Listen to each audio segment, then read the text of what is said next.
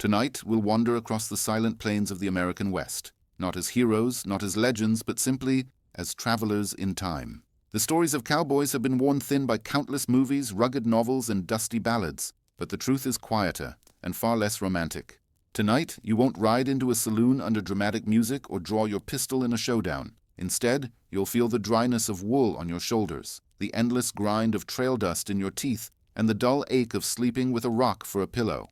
Dusty clothes, bad food, and sleeping in the dirt. Imagine it's just before dawn. The horizon is a faint line of indigo against the blackness, and the campfire's glow flickers low as a cold breeze moves through the mesquite. You pull yourself from the ground, not a bed, not even a blanket, but a thin canvas roll still damp from the morning dew. Your hat, crushed and misshapen, served as your pillow again. It smells faintly of smoke, sweat, and the wool lining that hasn't been cleaned in weeks. This is how each day begins for a cowboy on the trail, not in glory but in grit. There's no bath waiting, no change of clothes. Your shirt is stiff with yesterday's dust, your boots cracked and worn from miles of riding, and always the belt is tighter than you'd like, because food is just enough to get by, never enough to fill. Breakfast, if it comes, is coffee. Thick, black, sometimes gritty with grounds. A tin cup passed around quietly, warming your hands. Maybe a slab of dried beef, maybe beans if the cook had time. But there is no rush, no panic. Only the quiet ritual of beginning again. The herd needs moving. The day doesn't care if you slept badly. Cowboy work isn't riding at full gallop or chasing bandits. Mostly it's slow, endless, deliberate, and patient. 12 to 16 hours in the saddle, guiding cattle that don't want to move through land that doesn't want to let them pass. The sun rises slowly, but once it's up, it burns without mercy. There's no shade on the open range. Your skin becomes leathered and brown, your eyes always narrowed against the glare, and your lips, often split from the dryness, taste of dust more than anything else. You ride in silence, talking wastes energy. So much of a cowboy's life is spent alone, even when surrounded by others. And the clothes, so iconic in films, were not chosen for style. The wide-brimmed hat was essential to keep the sun off. The bandana? Not for looks, but to filter dust from the nose and mouth. Wool shirts, though itchy and heavy, stayed warm when wet and protected against brush and bite. But no amount of fabric could keep out the dirt. It was in everything, between your teeth, in your ears, under your fingernails.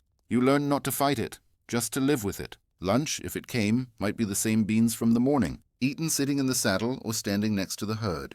No forks, no plates, just whatever you could hold in your hand. You chewed slowly, not because you savored it, but because there was nothing else to do. In the afternoons, boredom settled in deeper than fatigue. You'd watch the same cow wander off again and again, guide it back again and again. There were no towns in sight, no fences, no clock.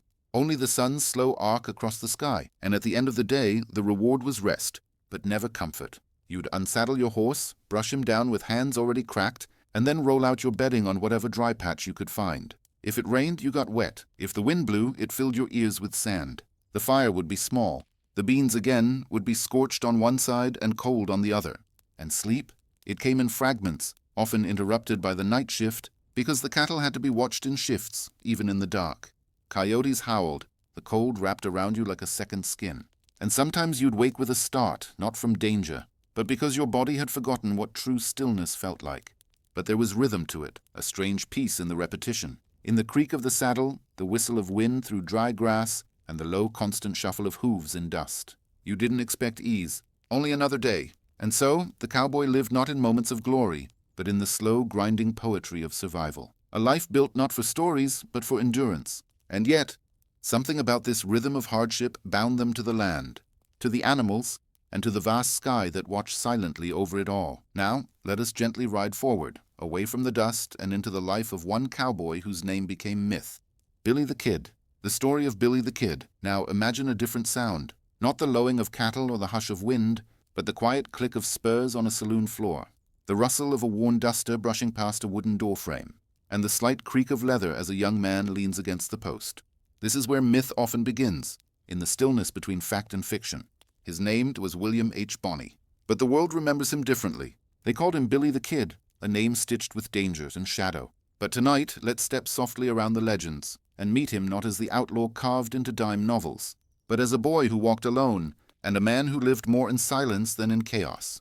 Billy was born as Henry McCarty, likely in New York City, around 1859, though, as with much of his life, even that is unclear. His father vanished early, and after a move westward with his mother, young Henry soon found himself drifting through hard towns and harder fates. His mother, Catherine, died of tuberculosis in Silver City, New Mexico, when he was still just a teenager. No inheritance, no protection, just a boy left alone in a rough and unfeeling world. He took to odd jobs, cleaned dishes at a hotel, swept floors, did what he could to stay afloat until a petty theft landed him in trouble. He stole clothes from a laundry. For this, he was jailed. But this wasn't the crime that made him infamous. It was the pattern that began: escape, wandering, and the slow, restless spiral into violence. After slipping from jail, he adopted the name William Bonney and began drifting through the Southwest, a region still unsettled, its laws flexible, its justice often delivered with gunpowder. Billy could read, he could write, he played guitar, he was polite, even gentle. Many who met him noted his soft voice and boyish appearance. He wasn't tall, wasn't muscular, but he was quick, with both wit and weapon, and that quickness became his curse. In 1878, Billy became entangled in the Lincoln County War, a conflict between rival factions of ranchers, merchants, and lawmen, all jostling for power in a lawless corner of New Mexico. It was not a war in the grand sense, but a series of ambushes, revenge killings, and betrayals. Billy took the side of a man named John Tunstall, a British-born rancher who tried to bring order and fairness to the region. Tunstall was gunned down by a corrupt posse, and in that moment something inside Billy hardened. He aligned himself with Tunstall's allies, calling themselves the Regulators. What followed was a string of killings, some in self-defense, some less clearly so. Billy became known, then feared, then hunted. But between these episodes of violence, there were long stretches of stillness. Billy wrote letters, sometimes to newspapers, sometimes to governors, arguing his innocence, asking for clemency, declaring that he was not the villain they claimed. He was even promised a pardon by Governor Lew Wallace, a promise that was quietly forgotten. And so the boy, barely 20, continued to ride. They say he killed 8 men, maybe more. But he wasn't a sadist, not a cold killer. He fought because he felt cornered, because in the world he knew there were few choices and fewer second chances. In 1881, he was captured and sentenced to hang. But Billy escaped again, killing 2 deputies in the process. It was his last ride. Later that year, in the soft dark of night, Sheriff Pat Garrett tracked him to a quiet adobe house near Fort Sumner. There was no duel, no dramatic standoff, just a brief moment in the dark. Garrett fired, Billy fell. 21 years old. They say he had killed 1 man for every year of his life. But that too may be legend. What remains is something else, a whisper of youth, a flicker of rebellion, a sense of loneliness carved into the wide spaces of the West. He never owned land, never had a home, never escaped the image cast upon him. And yet people remember him, not just for his crimes, but for his humanity, his restlessness, his charm, his contradiction. A boy who never truly grew up, a man made of motion and myth, a ghost lingering at the edge of every dusty trail. Now, let us leave Billy in the quiet plains of New Mexico and turn gently toward the strange, crumbling echoes of the towns he once rode through, places where silence is the loudest sound, and buildings remember what people forgot, strange ghost towns of the Wild West. Imagine now that you are riding alone. The trail is quiet. The dust hangs low in the still air, and then, just ahead, you see them. Buildings, crooked, sun-bleached, a saloon with no doors, only shadows, a chapel leaning as if in prayer, a post office with empty shelves and no letters ever to come. You've arrived at a ghost town. There are hundreds scattered across the western United States. Towns with names like Bodie, Calico, Bannock, and Rhyolite. Some barely a trace. Others still standing, though no one calls them home. These are not places built for sleep, but tonight we walk through them slowly, not as tourists or thrill-seekers, but as gentle observers of what was and what was never meant to last. Let's begin with Bodie, California. Once a gold mining boomtown, Bodie was born from a single gold discovery in 1859. By the 1880s, it had grown to nearly 8,000 people, with banks, schools, saloons, a jail, and even an opera house. But life in Bodie was brittle. Winters were bitter, supplies were scarce, and crime was constant. The town earned a dark reputation, so much so that children in nearby communities would pray at night. Goodbye, God, we're going to Bodie. As quickly as it rose, it faded. The gold ran thin. Mines collapsed. Fires tore through wooden streets, and by the 1940s, Bodie was almost entirely abandoned. Today, it is frozen in what historians call a state of arrested decay. Chairs still sit at kitchen tables. Dust covers old playing cards. Shelves hold bottles whose labels have long since faded to silence. There's something reverent in this stillness. The air seems thicker. Footsteps, even imagined, sound louder. Now drift with me to Rhyolite, Nevada, another mining town, born in 1904 during a brief silver boom. Unlike Bodie's wooden cabins, Rhyolite had electricity. It boasted a 3-story bank, a stock exchange, and even an art glass import company. But prosperity was an illusion. Within 5 years, the mines proved disappointing. Investors fled, workers followed, and by 1920, Rhyolite was a skeleton. Today, only fragments remain. Crumbling walls, a lone railway depot, its windows like tired eyes, and beside it, a house made entirely of beer bottles, built by a man named Tom Kelly in 1906. Still standing, still watching. Every ghost town carries a story like this. Of hope, extraction, decline. Take Bannock, Montana, once a capital city during the gold rush. Its log buildings still line the dirt road like silent witnesses. The schoolhouse, the jail, the gallows, or Calico, California. Once known for its silver and borax, the colors of the surrounding hills gave it its name. And though it too fell quiet, it has been partially restored. Not alive, but not quite dead. There's a softness in these places. Time moves differently, faster in the way it erases, slower in the way it remembers. What makes a ghost town is not just abandonment, but the echo of lives once lived with urgency. Families arrived with hope. Children played in dusty yards. Shopkeepers counted coins. Miners prayed for one more strike. And now, wind hums through broken windows. Birds nest in rafters where sermons were once spoken. And at night, moonlight sketches long shadows over streets that no longer lead anywhere.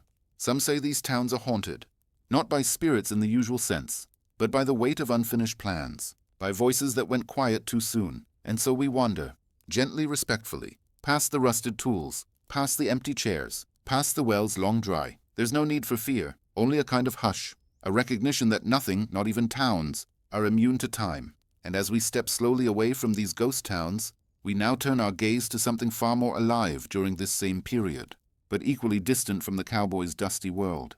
Let us ride now not into ruin, but into privilege, to the lives of the rich during cowboy times, the railroad barons, cattle kings, and women of silver salons, those who lived in velvet while others slept in dirt, what rich landowners did during cowboy times. Now we leave the ghost towns behind, the broken doors, the wind in the rafters. We ride east or north, or sometimes just up a long winding drive. And what meets us now is quite different. Not dust, but polished floors. Not beans and black coffee, but fine china and French imported wine.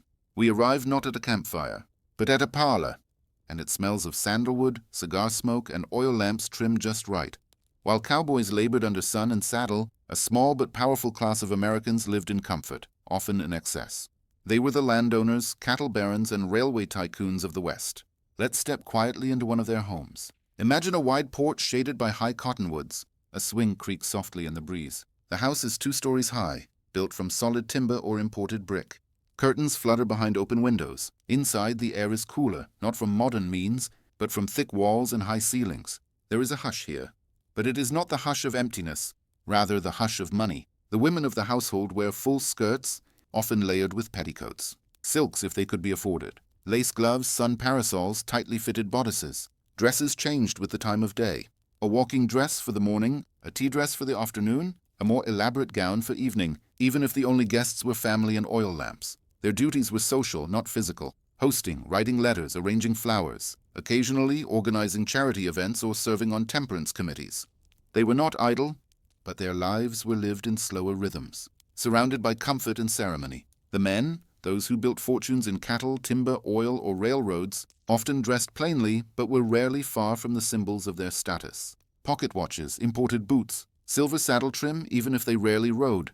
Their wealth came from land, often thousands of acres. Cattle ranches that stretched to the horizon, maintained by scores of hired hands, cowboys who never saw the owner's house.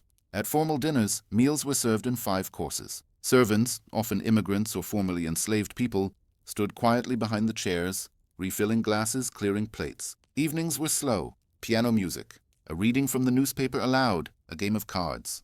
And then upstairs, to bedrooms with thick rugs and kerosene lamps, to beds high off the floor, with feather mattresses and woolen quilts. Yet, wealth didn't mean complete safety or modern ease. These homes still relied on water drawn from wells. Toilets were often outdoors or of the chamber pot variety. Baths were occasional, and fires had to be tended constantly in winter to keep the cold at bay. But still the contrast was stark. While a cowboy might rise with the sun to mend a fence and eat a biscuit by firelight, a wealthy landowner's wife might rise to find her breakfast already laid out, her tea steaming beside warm bread, her day organized by letters and servants. Even in their leisure, the elite played differently. They traveled, to San Francisco, to New York, sometimes to Europe. They visited health resorts and mineral spas, wrote in journals, commissioned portraits. Some women collected pressed flowers. Others hosted salons, not for hair but for conversation, philosophy, poetry, the latest news from Boston. And outside, on the vast verandas, men discussed deals, acres sold, cattle futures, the price of steel, while cowboys, just beyond view, pushed the herd forward one slow mile at a time. Even in towns you could feel the divide. The upper crust strolled boardwalks in parasols and polished boots, while laborers and drifters leaned against posts, dust still clinging to their shirts. Hotels were divided by class, train cars by ticket, even churches sometimes by wealth, with front pews reserved. And yet, in the deep stillness of the night, even the elite heard the same coyotes, felt the same winter chill, and wondered, perhaps, about the fragility of it all. Because even the largest ranch house could burn. Even the richest cattle empire could collapse in a harsh winter. Even the softest featherbed couldn't keep out the silence of the prairie. And so we return now to that silence. Let go of the mansions. Let the images fade, and follow one last time the thread that ties it all together, the land itself.